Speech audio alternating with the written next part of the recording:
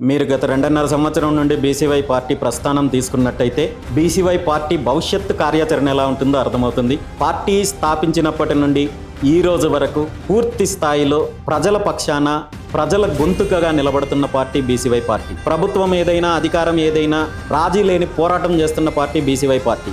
గతంలో వైఎస్ఆర్ కాంగ్రెస్ పార్టీ అధికారంలో ఉన్నప్పుడు పోరాటం చేశాము. అదేవిధంగా ఇప్పుడు తెలుగుదేశం పార్టీ అధికారంలోకి వచ్చిన తర్వాత పోరాటం చేస్తున్నాము. అదేవిధంగా పార్టీని అన్ని వర్గాల ప్రజలకు దగ్గర చేసే కార్యక్రమం చేస్తున్నాము. భవిష్యత్తులో 100% అన్ని వర్గాల ప్రజలను ఏకం చేసి బీసీవై పార్టీని అధికారంలోకి తీసుకురావడానికే ముందుకెళ్తాం తప్ప ఇందులో వచ్చే ఇబ్బందులను, కేసులను మరో రకంగా ఎలాంటి పరిణామాలైనా ఎదుర్కొని ముందుకెళ్తాం తప్ప ఇదేదో కేవలం ఒక ఎలక్షన్ కోసమో లేదా ఒక పదవి కోసమో ప్రారంభించిన పార్టీ కాదు. మరో రకంగా మీరు ఇంతకుముందు చెప్పినట్టు కొన్ని పార్టీల యొక్క ఉద్దేశాలతోటో మరో అంశంతోటో వచ్చిన పార్టీ కాదు. 100% 2 తెలుగు రాష్ట్రాల్లో ప్రత్యామ్నాయ రాజకీయ శక్తిగా ఎదిగి అధికారంలోకి రావడం కోసమే వచ్చాము. అంతవరకు పోరాటం జరుగుతుంది. ఖచ్చితంగా వచ్చే ఇబ్బందులన్నీ ఎదుర్కొని ముందుకెళ్తాం.